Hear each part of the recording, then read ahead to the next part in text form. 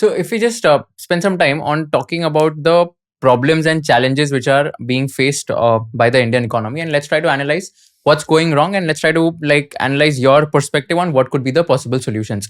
The first one, which you also mentioned, so the food price inflation is extremely high in India, and you've mentioned that it is less a problem of production and more a storage problem. So what exactly do you mean by this, and what's the best way to tackle this? So actually, the real problem with food prices in India is spikiness. So you'll get this sudden onion price, tomato price, something will spike up. After a while, it may crash. It may even go past below its original price before the spike. But this spikiness is very painful both for consumers, but also for producers. I mean, the producer sows the whatever seeds when prices are high. And then by the time the crop happens, it suddenly crashes and they make a loss. So it is very, very choppy. Now, what do you do about this? So I keep pointing out, look, this is not a production problem. After all, does Dubai or Singapore grow tomatoes or onions? Answer is no. Do you get these kinds of large spikes there? No. You get some ups and downs, but they're not these large spikes. So why does India, which grows onions, tomatoes, and potatoes, and all these kinds of things, see spikes in prices, but Dubai and Singapore or Hong Kong, which don't produce any of these things, don't have such large spikes? Why do they?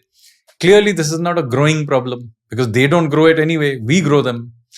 So the reason is a very simple one. We don't have a proper supply chain management. Storage is the issue. So this requires maintaining supply chains within India, sometimes outside India, depending on the product. Then we need to invest into storage to smoothen out these spikes. So I think this is the conversation to be had. Whereas when these spikes happen, we, on the other hand, go after the people doing the storage. So instead of supporting those who do the storage, we will call them, they are hoarders. Hello, I mean, the fact that he's hoarding means that he has stored a lot of that tomato or whatever it is. So why are you blaming him for doing storage? So that's what I'm trying to say. It's a mental image, the mindset that depends on whether the person is doing storage or he's a hoarder. Now, if every time you blame somebody, there's a price spike and say, no, he's hoarding and blame him for it, then nobody will store. And then you'll actually have the spikes. But then what is a possible solution to solve the storage issue, which is the first is a mindset change, that you've got to stop calling people who are storing as hoarders.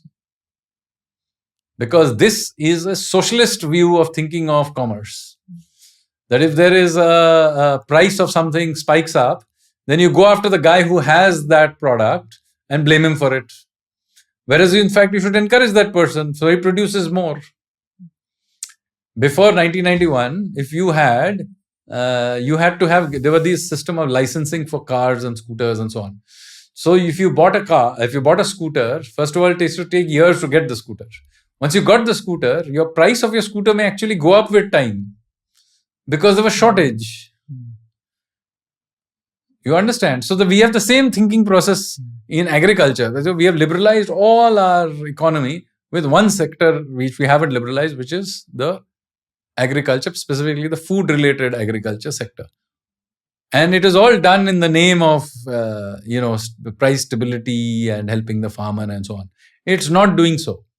Because until you smoothen these and create markets of various kinds and to smooth so that, and private storage and so on, this cannot be solved. And you have to be, even the export and import of products has to be made smooth so that when we have excess of something, it can go out. When we have deficit, it can come out. Every time there's a spike on something, cannot have, let's ban export of this, suddenly open it up.